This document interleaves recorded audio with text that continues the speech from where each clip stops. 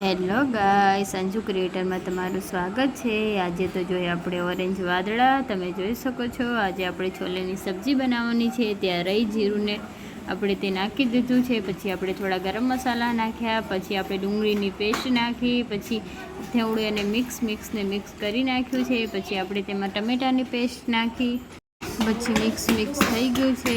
પછી આપણે બધા ઘરના મસાલા એડ કરીશું, લાલ મરચું, હળદર, મીઠું। પછી આપણે ફરીથી એને કરી લઈશું મિક્સ થઈ ગયું છે। પછી આપણે એમાં નાખ્યા છે છોલે બફાઈ ગયા છે ને આપણે નાખી દીધા છે। પછી આપણે એમાં થોડું પાણી એડ કર્યું, પછી ફરીથી આપણે કર્યું મિક્સ।